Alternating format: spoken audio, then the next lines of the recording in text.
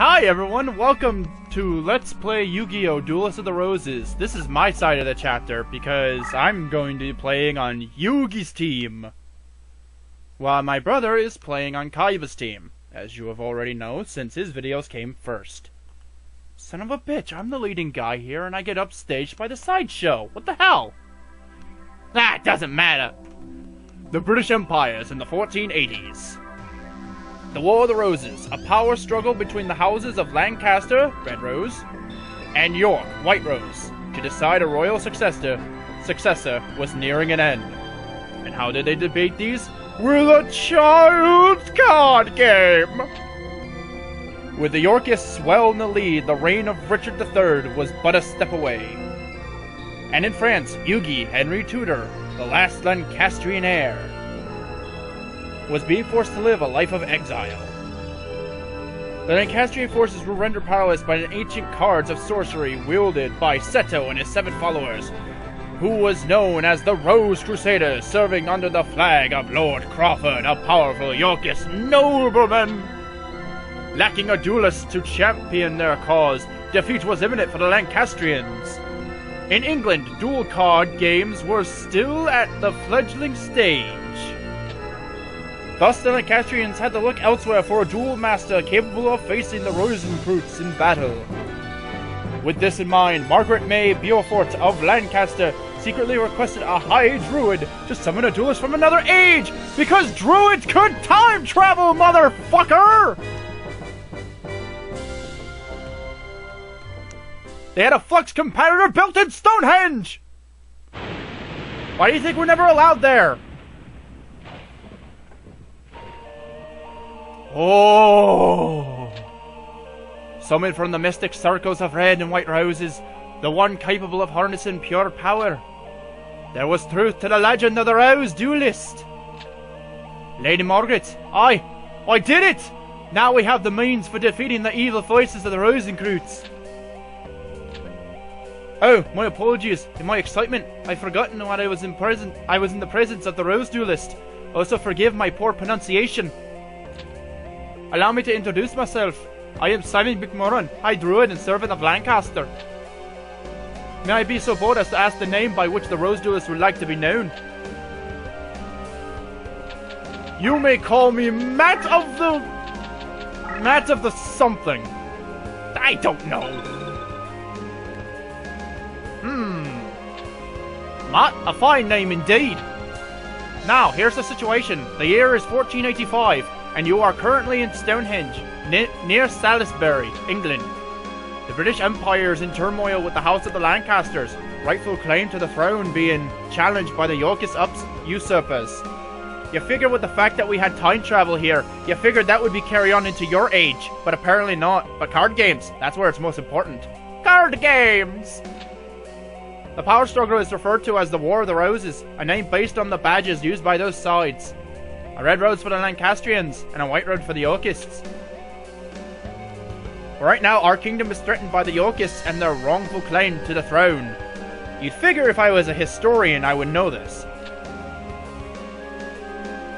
All because the Yorkists enjoy the support of the Rose Crusaders and their sorcerous white rose cards. Using our red cards, you summoned you, Matt, to this day and age. We hoped that your dueling experience would defeat the Rose Crusaders and lead us to victory. You will help us? Of course you will. I mean, I just forced you out of your own timeline, forced you into an interdimensional time exile to a place that you have no idea about to play a card game with people who would most likely gut you if you did anything wrong. How silly of me! Of course you join us. Rumor has it that only the legendary Rose Duelist stands a chance against the power of the Rosencreutz. We appreciate any help you can provide against them.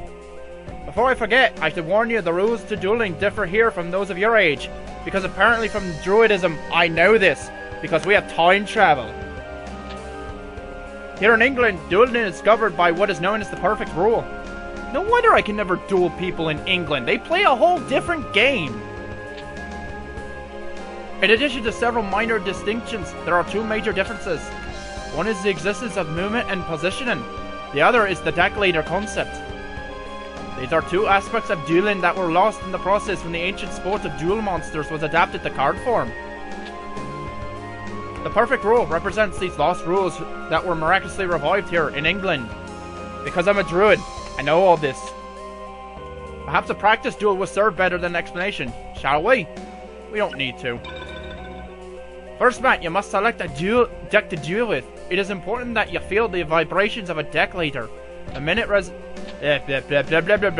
Oh, just pick your goddamn deckmaster already so we can move on with the plot, you stupid pillock. Yes, my soul. I don't care about my soul. I sold it long ago. Serpentine Princess, Birdface. Let's try the Serpentine deck. Ah, I see you selected your deck.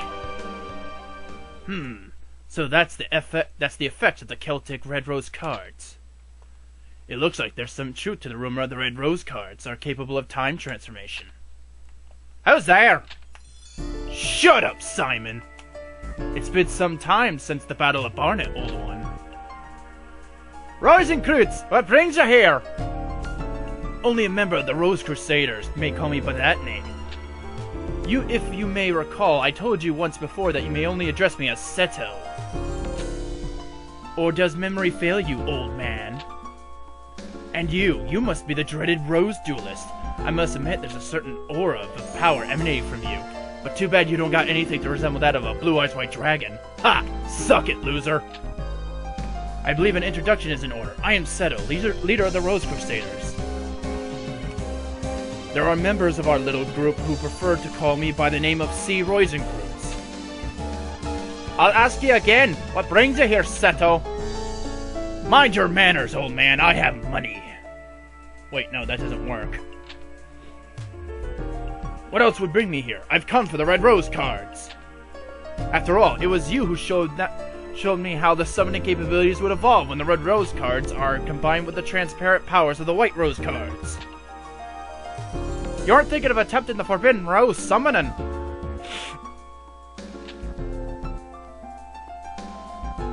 If so, then the Red Rose cards must never fall into your evil hands. Card sorcery taps into the powers of the Ancient Ones. By their very nature, each card is a double-edged sword that can cut both ways. The Rose cards alone harness tremendous power. There's no telling what horrors might unleash to the world by combining both red and white. I mean, that's just madness. It would make pink. I will sacrifice my own life if need be, to prevent you from uttering any spell of doom. The spell of doom. Fool! The 16 red and white rose cards grant power all over. Overall, Druid legend has twisted the true meaning of these cards. You silly pillock.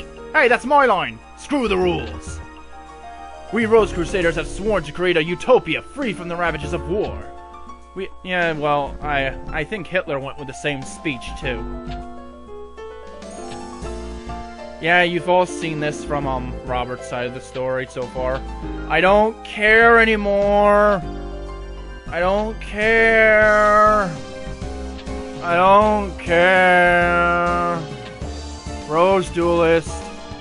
Cool. You're Seto, you have money. Cool. And you're a blue druid guy. Get cool. Yes. Yes, you're calling me honorable. You both got 8 of each card, so I can either join any side.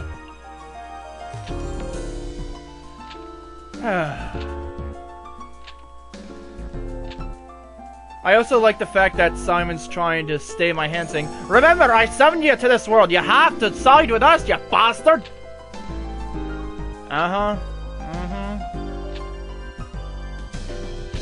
Okay, we already decided to join with the Lancastrians. But, you know what? Fuck it. Too much talking in this episode. We'll actually start battling in the next episode. Bye.